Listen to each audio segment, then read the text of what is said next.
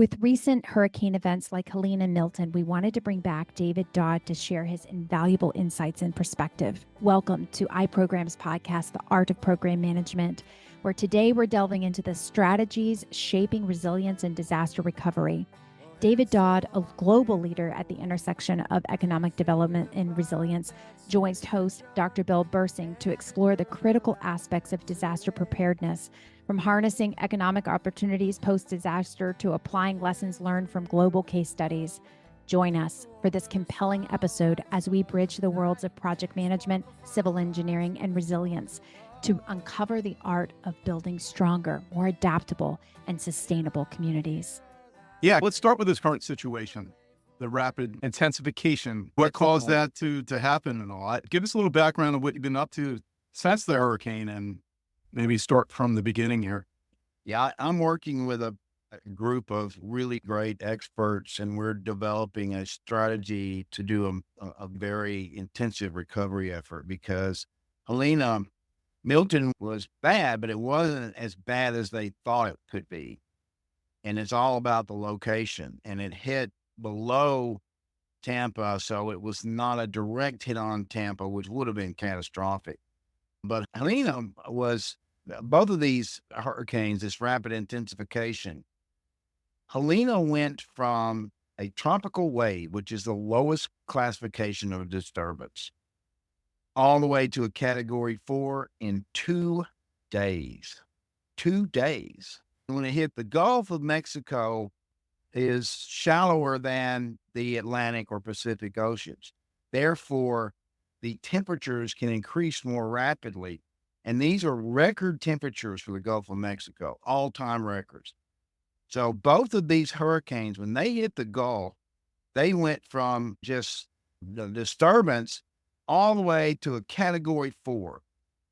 So that is 5 is the worst, right? 5 is the most intensive. I guess for me and our listeners, what agency in the U.S. government, or do they use a combination, determines whether it's a 2, 3, 4, 5 by the winds and this and that? I've seen it. I know a little bit, but for our listeners, what would it be? Yeah, it's a combination of NOAA, the National Ocean Administration, and FEMA, Federal Emergency Management. Well, yeah, so no primary one that the categories, and that was devised years and years ago to measure the intensity. And there are wind speeds along with each one of those. And I don't have that in my head. Yeah, no, here's a wind speed. Yeah, you keep but it's how fast it intensified, Bill. This has never happened before. And both of them, especially Helene, again, had record amount of moisture. Because the warmer the temperature, the more moisture that comes up into the hurricane. And that's why Helene was so destructive. 7 states were affected by Helene. And Superstorm Sandy affected, I think, 3. And there's never been a hurricane like this before. Never. Sandy, it's worse than Sandy? No, it can't be. Yeah. Oh, really? Yeah. But 7 states. And the amount of rainfall was equivalent to a year's worth of rainfall in 2 days. And North Carolina has never seen anything like this. And the destruction there was massive. Asheville, thank you, Asheville. It's an arts community, right? Yes. The entire city was flooded. It was like Katrina in New Orleans. Yeah. When Katrina flooded New Orleans. But it was not because of the levee break. The thing in Katrina was that the storm surge off of Lake Pontchartrain, which is a shallow lake, caused the levees that surround New Orleans protected because New Orleans is below sea level. Asheville's in the mountains. Nothing like this has ever happened. So this stuff is just going to get worse and worse. I hate to be a Debbie Downer, but that's just the reality of what's happening. Supposed to go so far inland because that's really far inland for that hurricane to travel. That's what I'm saying. That thing had so much moisture and was so wide. It was, I think, 800 miles wide that it did not dissipate. Now, there have been hurricanes in the past that have dumped rain in the Northeast. Which one was that? Ada, I think, came in and went all the way up to Connecticut and just put Connecticut, a lot of the state, underwater. But the intensity of this the intensity of the rain and the amount of the rain, again, nothing like that's ever. But we got to really understand why that happened, because it's the late in the season. It's the record-breaking temperatures, I think, in that area. The shallow water, the temperatures of the water, the temperatures and the rain that's there may, it's just the tides and everything else. But the fact is, it's going to happen again only because of climate change. I think there's a lot of people who don't believe in all this stuff. I think it's a combination of cyclical things going up and down and the environmental things that have been happening for the last 50 years. But with that, you're right. We cannot, the ice caps are melting. We cannot ignore all this, and we have to figure out ways to prevent or ways to help understand. And I don't get into the whole debate about what causes it. That's for other people. Yeah, To me, but arguing exactly. about what causes it is like arguing over the deck chairs on the Titanic. You go. I have my own opinions, but I don't get in that debate. All Yes. I know is if we don't adapt to this, we're going to be in serious trouble. And I'm talking both in the United States and globally. Yeah, especially Mexico, because they're facing this just like us. And Cuba did the same thing. And all these countries that don't even hear about in the news, I'm sure that they were. Oh, I mean, you look at the Philippines, you look at China, you look at Japan. All of these countries are getting walloped. And the thing that people don't understand is globally, that public sector is so deep in debt. Yeah. $100 trillion in debt. That's equal to the gross global output, economic output. That's like GDP, but it's worldwide. Is about 100 trillion a year. So there's 1 year's worth of economic output that the public sector's in debt, and they can't afford to do it anymore by themselves. It's just not going to work. It's unsustainable. What we have to do is we have to bring private investment to the table. And I've been in many discussions. I have technology that can show an internal rate of return on investments in resilience through reduction in damages. That's the thing we were talking about earlier, right? Yeah, exactly. So we need to make sure that everybody has that link or something of your toolkit, because that thing is awesome. And you spend a lot of time and money in preparing this too, right? Yeah, tons. And I'm already having serious discussions about this with a number of locations. I don't want to disclose them right now because it's preliminary, but that the governments want this now because they understand. And the other side of the coin is that pension funds, insurance companies, banks, especially insurance companies and banks, they're on the line for this. They're paying. Yeah, a they need something to help them protect them. Yeah. What do you think that with those two hurricanes, what do you think the expected losses are for those two hurricanes that just came through? As much or more than Katrina, which was the most, for years, that was the most costliest disaster, $160 billion. They're now projecting that between these two, it'll be closer to $200 billion. Wow. So are we talking that both hurricanes together or individually or both together? They're estimating because again, Milton was not as destructive, still was destructive, but not as destructive. But they're estimating that Helena will equal Katrina, 160 billion, and then Milton's going to be about 40 to 50 billion. And because they were so close in time frame, it's like the same destruction because of it was only a week apart. Yeah. And you made an important point I want to get back to. Yeah. This is mid-October. No? This is mid-October. Well, it's October. Yeah. You would think that the temperatures would go down or whatever, but I think it was just a super hot, you got to dissipate all that energy. I always think about, the thermodynamics and all the entropy and extropy, all those things that we learned. It's got to go somewhere. The energy, that hot weather has to go somewhere. And it went somewhere already with a hurricane all over the place. But my question, I think, and it's not on the list here of the questions, but we discussed it before.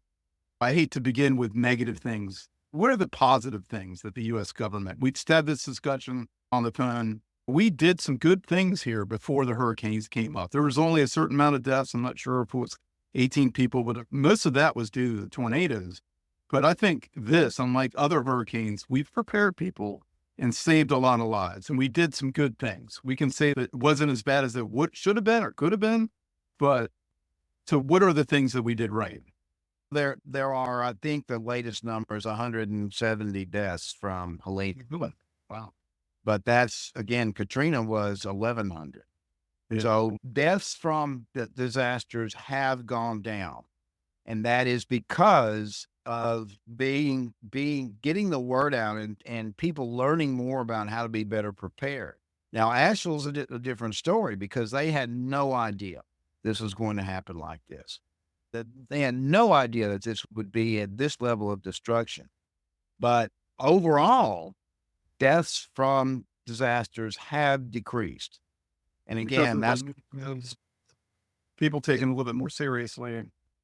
Yeah, it's primarily because people have been the whole ready movement that started from FEMA has really done a good job of making sure that people understand what can happen and that they're better prepared, especially in vulnerable areas, the areas that I'm in New Orleans and other places that are vulnerable, not only for hurricanes, but for tornadoes and wildfire. And by the way, in Florida, Milton spawned a record number of tornadoes.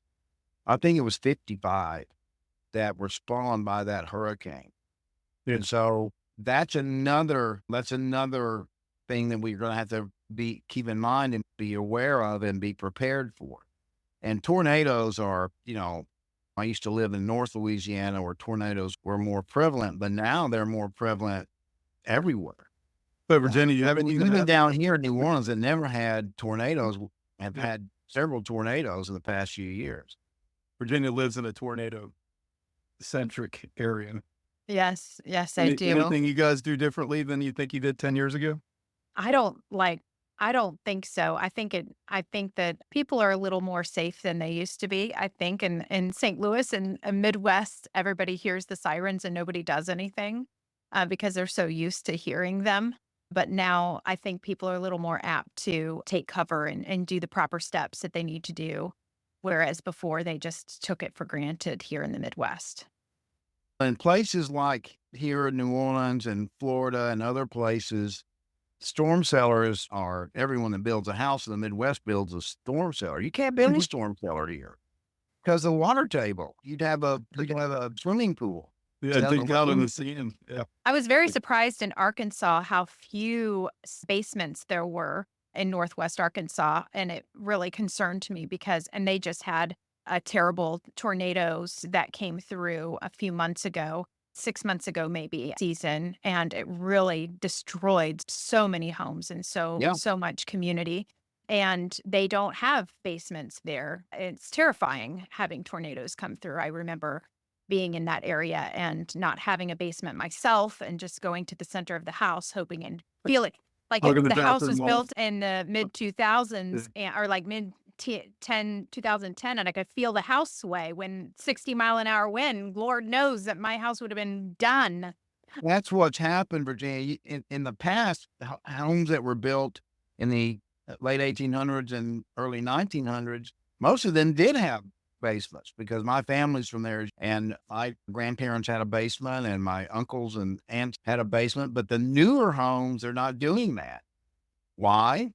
Absolutely. We had a house built across the street and they just put in this huge basement. Man, it was so cool. Yeah. I think they're really, when they can afford it, and you can put it in. But you're right.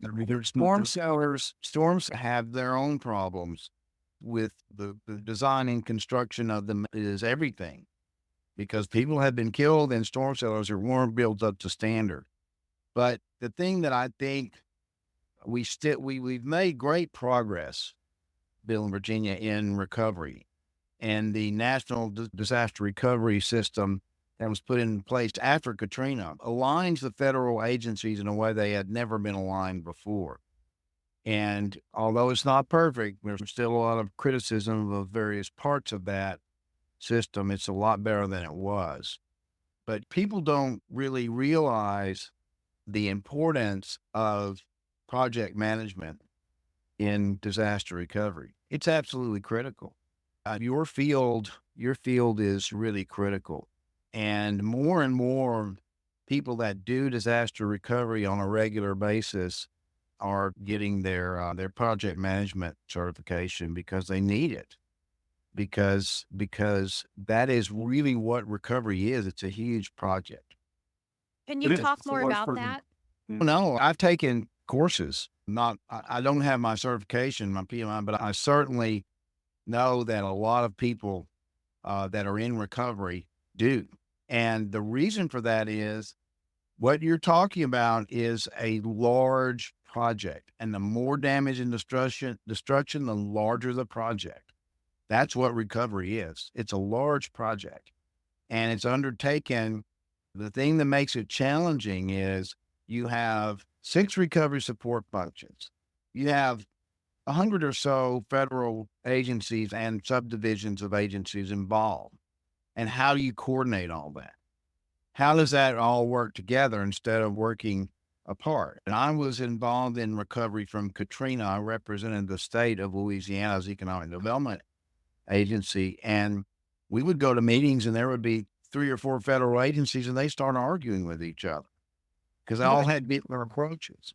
Yeah, And that's what led to this presidential directive that created this system that basically forced them to communicate and work more closely together. Yeah, I can add to that. When I was with Lewis Berger, which is now owned by WSP, Right. there was a push because we had contracts with FEMA and in certain locations to be able to get pre-prepared for these hurricanes and tornadoes and any disasters, even the fire stuff. But we received our FEMA badge as senior people like me because they saw the need for having that senior level management experience in these larger disaster areas.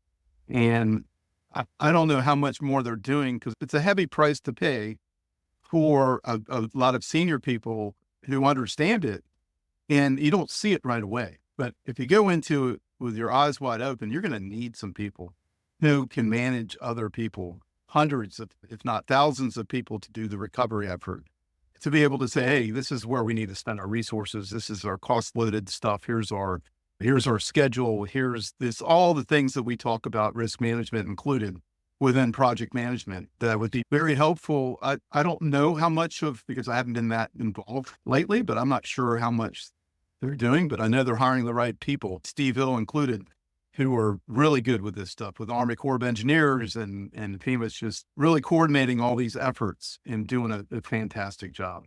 Yeah, there are still criticisms, but I'm telling you, compared to what it was, it's night and day. Absolutely night and day. By the way, I meant to mention this earlier. Roswell, New Mexico is famous because supposedly an alien spacecraft crashed there. And Roswell was completely inundated with flood last night. Wow. And they received a year's worth of rainfall in about 6 hours. It's a desert, right? Roswell was in the desert. Yeah. If I were an alien, I would land in the desert. But They had another type of landing, and it was a year's worth of water in a few hours. It just completely flooded the whole place.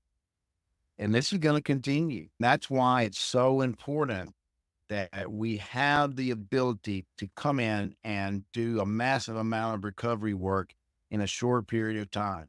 And that takes PM. You cannot do it without good project management skills. Just not going to happen. That intersection is becoming wider and wider. You mentioned climate adaptation. How is adaptation funded? And first of all, what does climate adaptation actually entail? It's a new word for resilience. We used to say disaster resilience. And it's the ability to better withstand and more quickly recover from hazards of any type, incidents that cause disruption.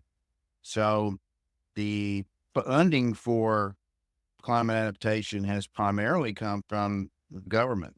And you hear a lot about climate finance, carbon mitigation, and climate adaptation.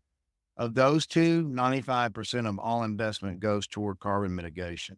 Only 5% historically has gone toward adaptation. Why? Because there's no clear path for repayment. in adaptation, or there wasn't. And that's what I've put my life into. And all I have, everything I am invested in this system that can show a return, can show a path to repayment of principal and interest. And So, there's about anywhere between 20 and 30 trillion dollars, depending on who you listen to, in what they call environmental, social, and governance or impact investment. ESG has become controversial over the past few years, especially in conservative states in the U.S. So what we say now is impact investment, but it's actually the ability to mitigate some of the social and societal impacts. I focus on economic impact, but I also have a system that can show a social and societal impact.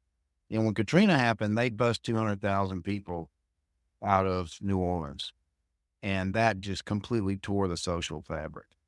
And community organization, religious organization, they were just decimated. And that's still not completely healed. So and that's what these investors focus on, and they're willing to take less financial return if they can see a positive impact on the communities themselves. the social adaptation and the climate, just for all the adaptation that's needed. Of course, I'm the civil engineer of program management. I look at the hard, hey, what can we do? And there are three things within just, hey, this is what we need to do to adapt to the climate. I can just talk off the top of my head. And you could probably name a lot more, but taking the schools and the hospitals that are basically built on the floodplains, on the banks of the shore or the riverbeds, and moving them somewhere else. That to me is just very common sense, but they do that for a reason. It's cheap real estate. They can put it there. They have certain reasons politically they want to put these hospitals and schools in these areas, but they're basically floodplains. So you got to get them out of there. And if they don't do that, then a hurricane or tornado or something's going to come along with a big flood that's going to wipe them off the face of the earth. The other thing just that we can talk about, and I'm not sure why we're not doing more of, and we did a lot of it in Puerto Rico, is taking all the telephone poles and all the electric poles and putting them underneath the ground. That's something that's very expensive, but if it's an area that we've always had these hurricanes, we can save a lot of money doing that.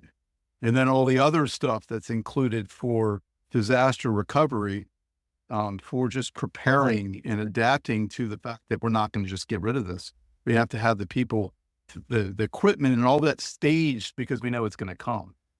And then look at all the social aspects of it. Hey, what if we have to put blue tarps on all these buildings? What if we have to take care of all these people? What about the social, all the psychiatrists, all the people where are they going to come from? Especially in Puerto Rico. You have that experience in that. Is that kind of that in a nutshell? I know your toolkit goes in a lot of that, but.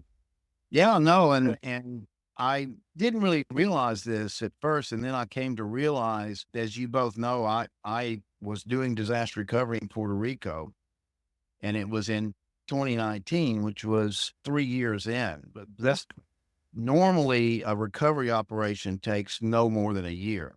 And I was working there and I contracted a deadly bacteria and I lost my left leg. And I never thought about this until this year, actually, looking at 5 years since this happened to me. And I said, wow, I am indirectly a victim of lack of resilience. Because if I had not been there 3 years in, then I would not have lost my leg. And so when you put it in that context and you go, wow, this is really, what is the expense of that? And not just financial, which took a big toll, but also the fact that I'm no longer able to walk without assistance. Those are things that often aren't thought about. And we need to start thinking about those things. And just the overall cost of what the toll that it takes on people and on communities. We try to do a really good job of showing what the real costs are. And one thing that's important, guys, is from an economic standpoint, business losses are both direct and indirect. Direct is damage, right? But indirect is business interruption of the business. Business is not making it. FEMA estimates that 40% of small businesses don't survive 3 years after a disaster. The initial is depends on the strength of the disaster and how much damage it caused physically, but business interruption is more costly than the actual damages. You would have to take all of that into account. And we have to focus on that when we're looking at adapting, that we can have systems in place so that businesses, even if they're physically damaged, the interruption is not as great. And again, going back to your field, if we don't do a good enough job of managing all this, then we're in real trouble. Yeah, maybe it's not just the government, it's the cities, the city governments, and the states that we need to get to. It's everyone. Yeah, if they understood the impact to the economy and their local people and their businesses more, they really understand what investments they should or could put into doing resilience activity. And when we measure the reduction in damages that occurs because of resilient investment in our toolkit, we also take that into account. We take into account business interruption. We take into account the disruption of the economy beyond just the physical damage. No, it's an excellent toolkit. I'd like to expand that toolkit to what we do in program management and start saying, here's some of the own processes and procedures, and say own because we'll make some process or procedure, especially for disaster recovery, but they have to own it. So it's got to be streamlined no matter what. I've never been in a program where we didn't streamline the process procedure for what we're doing.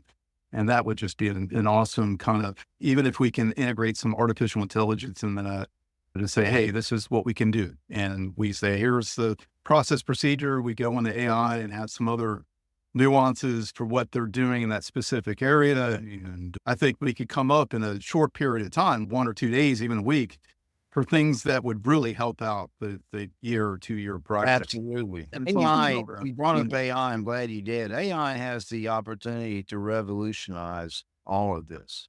And we're not using it yet, but I'm certain that within the next couple of years, we'll be using it extensively to do this type of modeling, and it has the ability to cut the cost and the time investment that has to be made significantly. Yeah, I used to go to Africa and I'd travel about and I'd be in the airport talking to a nun or some doctor or something, and they're telling me what they've been doing and how awful it is and this and that. Almost 100% of the time, it was a civil engineering problem. What you went through in Puerto Rico with your leg and having infections, we could have done better. We should do better. All of this civil engineering, all of the wastewater treatment plants, all the water things, all the bridges, all the transportation, all the things that can improve the society, it's got to be there. So, and we just attended a conference with this Civil Engineering Institute at George Mason with AI and civil engineering. It's there. It's got to be there. But you can't just push a button nowadays and get that answer, because we are accountable for what that comes up with. I can't just put in AI, here's how to make a bridge, or here's how to make a wastewater treatment plant, because we as civil engineers are accountable for what it is. There's ethics, there's all this stuff involved that we spoke about. But if we could somehow integrate our artificial intelligence with what the hurricanes come up with, and then come up and spit out even before, maybe even after, what the risks are with using artificial intelligence. Exactly. Saying, hey, we have this many people died. Yeah, that's good. That's a good statistic. But how many people have been getting sick? How many wastewater treatment plants are out? And how many people do you think, and statistically, what do we think is going to happen? And what we can come up with a pretty good number of how many people are going to die of some illness, or you're probably not even in a statistic somewhere. But count for everybody. Yeah, no, you're exactly right. And I think that this could be greatly enhanced by the use of AI and machine learning, because again, and looking at how the weather forecasting could be enhanced greatly by knowing ahead of time what these things may be able to do to measure how impactful this type of rapid intensification, these other changes that are occurring, could really help tremendously. And we're never going to eliminate all the risk. It's not possible.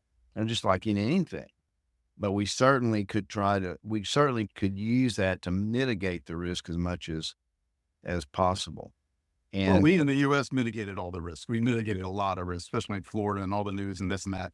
But I cannot imagine what a third world country, or even a country like Mexico, what do they do? How do they take care of the people and reduce the deaths and the injuries and the illnesses that come about from these hurricanes and tornadoes? And I don't know. The Philippines too. I guess Japan probably is a pretty good country to model against too, because they're putting a lot of effort in this. I wonder what they're doing. see, in Japan, I was helped develop their economic recovery strategy from the 2011 Fukushima earthquake and tsunami. And they had the earthquake was not nearly as damaging as it could have been, or in a country that didn't have those very strict building standards, earthquake resistant buildings. Wasn't that did all the damage and caused the deaths. It was a tsunami. So now after that happened, they really focused on how can we mitigate the damages from the tsunami. And it's very interesting, Bill, the recovery from that and the government. I went back 11 years later in 2022 and toured the same area that I had seen before, all the devastation. And they have all of these protection systems in place, and they've raised the elevation of most of those communities significantly. Katrina was 160 billion, Japan was 240 billion. They put a ton of money, but there's one thing they didn't take into account. They did not create the opportunities. One good thing New Orleans did. New Orleans really focused on creating new economic opportunities, and we focused on that in Puerto Rico too. So these communities they're very resilient, but there's no one there. Some of those cities only have 20% of their pre-tsunami population. People left and they didn't give them a compelling reason to come back. Yeah. That's crazy. Yeah. And has to be a part and parcel of recovery, is creating the economic opportunity, bringing the jobs back so that people will say in their own minds, okay, yeah, there's some risk, but it's worth the risk because of the economic opportunities. You're talking about real lives, real families, people leaving that have grown up there and lived there their entire lives, their grandparents or great grandparents. That's a big thing to ask somebody just to leave and go move somewhere else. It's not, I think we do it more than most countries because I lived so many years overseas and I see the way that they live. They'll stay there for thousands of years like Italy. But in the U.S., we move around a little bit, but we still go back to the area we grew up in. We still are attached to those areas. Well, and again, that is a personal decision. And in Japan, and a lot of these communities, because the east coast of Japan is like the west coast of the U.S. The mountains are not far from the shore. Right?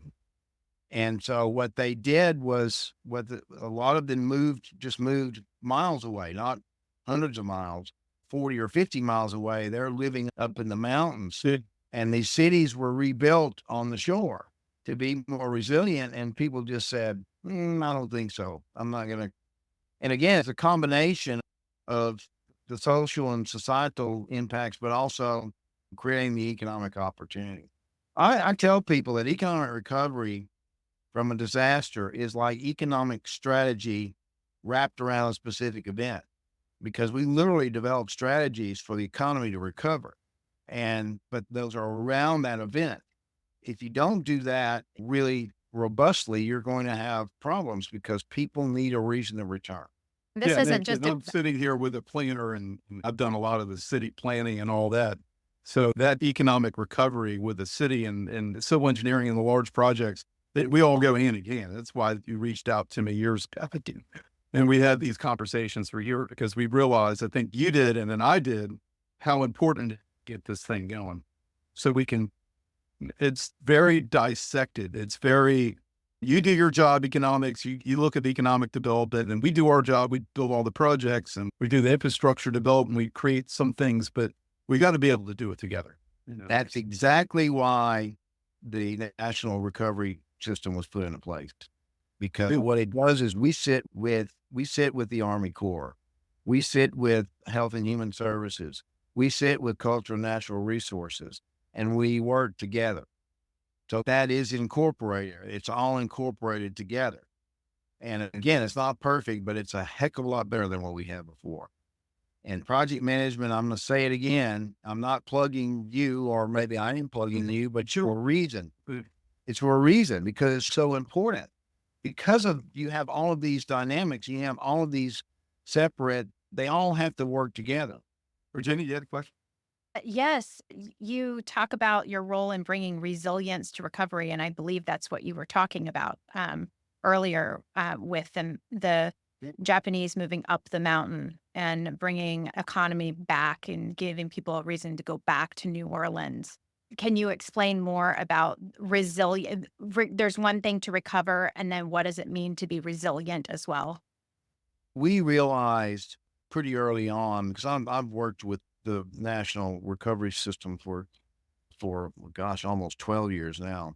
And we realized pretty early on that if we just recovered and we did not, as they say, build back better, build back more resilient, then we're wasting a lot of money, and we're not affecting the positive side of the people that are affected, the victims.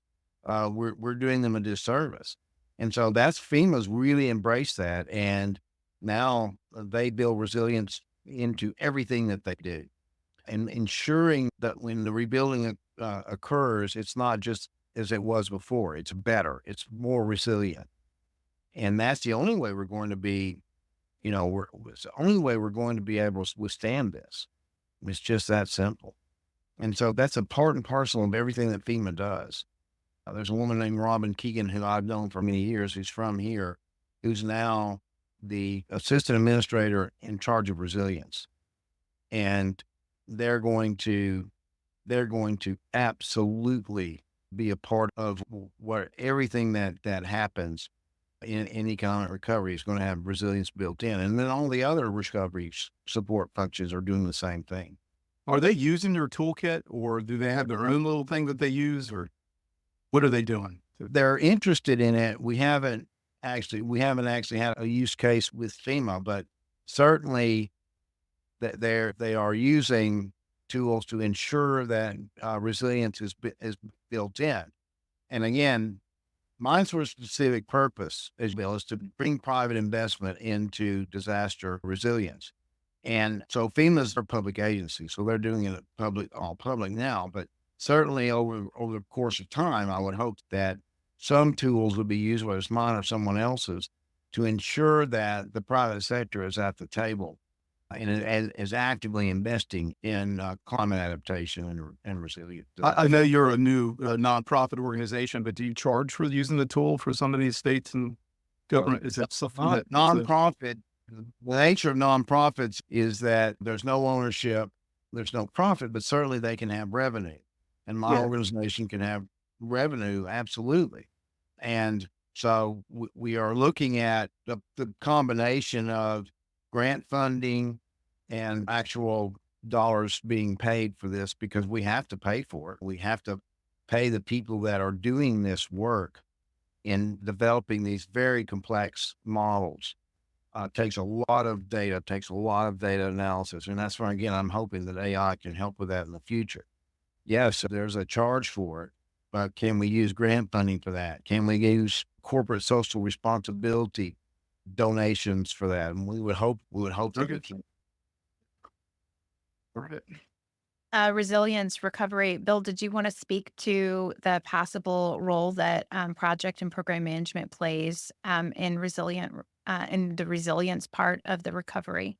Resilience, recovery, and then you have to talk about resilience. So right. When we go in project management and program management, what we do with something like already happened, like the hurricanes and the tornadoes in Florida and this and that, we need to go in there. We need to be able to have the ability to maybe recover and then rebuild for resilience in a way that when this happens again, because as David said, it's going to happen again. So it is an open-ended question, because it's a hard thing to put your head around unless you have those process procedures set in place to be able to go in and do it the right way. And then to do it the right way, it also costs money. And then you have to convince people that, hey, we're going to do it for 10 million instead of 2 million because we're going to put resilience into the program. And that's a really hard thing to sell. And David could tell me more about that one because he's way more engaged in these recovery efforts than I have been in the past. There is an investment. My whole goal is to change resilience from being seen as a cost to being seen as an investment that can provide a return. Yeah. And that's why we developed the toolkit, exactly why. But it's a mindset that we have to have. Right now, I'm working with the United Nations Economic Commission for Europe. They have an international public-private partnership center of excellence within that organization. And I'm working with them now to develop guidelines for integrating resilience into both existing infrastructure and new infrastructure using public-private partnerships. So again, this is it's going to take a shift in thinking. And some of that's already occurring, but it needs to occur at a higher rate. And everyone needs to understand that if you rebuild and you don't build in resilience, you're just throwing money down the drain because, again, these things are going to happen, are going to continue to happen. And if we don't ensure that infrastructure is built and designed, and again, that's where PM comes in so critically, the program to be more resilient than before, we're just wasting our time and our money, and we're affecting the lives of people in a negative way if we don't do that. Yeah, there should be some accountability that's outside of what we're doing now. We have standards, and they continuously increase the standards, especially in Florida, for the building standards. And we could put some of that in there for resilience and say, hey, we got to do it. Here's the standoff for certain things, for different critical infrastructure, and start doing it. I'm sure we can learn from Japan. I'm sure we can learn from other countries as well. We can't just assume that we know everything in the United States. No, absolutely. Absolutely. That's the case. And you take places that have a lot of wealth like Europe, very similar to us. Most of the countries in Europe are developed countries, and look at what's happening to them.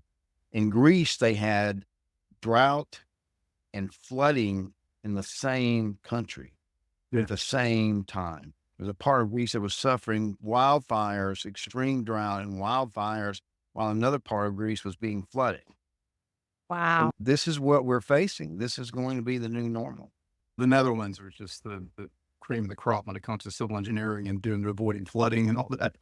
After Truth, an architect here who's a dear friend of mine went to the Netherlands and invited them to come, and they started what was called the Dutch Dialogues. And that resulted in several innovations that New Orleans has undertaken now to become more resilient because of that learning and sharing of information. And I'm a part of several national and international groups that are basically a conduit for sharing of information and best practices and collaborating and coming up with new ideas and new innovations. We have to do that. And again, I used to be the president of the Italian section for American Society of Civil Engineers, and we're going back and forth. Didn't make a lot of headway, but we're going back and forth with one of the sections in Washington State because of all the earthquakes that we had. And it was both ways. It was both the Italians saying, hey, this is what we do for earthquake resilience, and in the Washington, whatever section, I don't remember the section, saying, hey, we got to do this. And between the two of us, we were coming up with some good, innovative ideas. And now, whether it's with your nonprofit or with huge profit organization like the American Society of Civil Engineers, we need to make sure that's in the forefront of what we talk about, because that is something that would be really interesting to have a talk on, just to say, hey, what are we going to do now with new technology, now with the podcast and all the different things? I think we could do a lot more than I did 15, 20 years ago with ASCE and those groups. Even the Virginia section and all the other sections could benefit from the other groups around the world, because it's a world, it's a U.S. kind of thing, but they publish more journal articles than any other peer-reviewed journal article in the world, and we can really do some good things on that. Yeah, no, guys, this has been great. I have to run because I'm giving the opening presentation this afternoon for the National Association of Development Organizations. And these are regional economic development organizations supported by the Economic Development Administration. And they have an association, and they're meeting in New Orleans this week. Right. And I've got to go get ready to open them up. And guess what? Of course, what I'm going to talk about is the intersection of economic development and disaster resilience and adaptation. That's it. Good luck. Anything else, Virginia? That's it. Thank you Good. so much, David, for coming on with us today. Always a treat. Bill's on my advisory board, and he's there for a reason. On the advisory board of mine. I wish I could do more. You do a lot, and everyone there is just so great. And we're gonna get really more active with the board in 25. Yeah, maybe we could have one of these Virginia board meetings and have Virginia. Yeah, that'd be awesome. Do this podcast or what? We wouldn't publish anything. We would just have an internal meeting and take some minutes, maybe take some snippets and put it up online or something. But that'd be cool if we could do it. Help you out. Yeah, that would be great. Virginia, I had a conflict this weekend because my Arkansas roots were praying that the Hogs could take on the Tigers, but That didn't work out. my graduate banking degree is from LSU. So and my youngest daughter, got her master's in LSU. So we can't. She went through LSU, so it's tough for that. That game's always a tough one for me. Anyway, You guys definitely won. We got creamed. Hogs got creamed. well, that's the thing. I say, when you say you guys definitely won, I won, I lost, because my heart, I was born in Fayetteville, my heart's in Arkansas. The Hogs, we have a very, our hearts, the heart and soul is in the Hogs. You cannot take that out of the person. That's it. Exactly. Thanks so much, Bill and Virginia. All right. Enjoy this, and let's do it again. Absolutely. Okay. Thank you, Appreciate Dave. it. Have a Good great meeting luck. today. Good luck with your talk. Thanks so much, guys. Take care. Thanks. Bye-bye.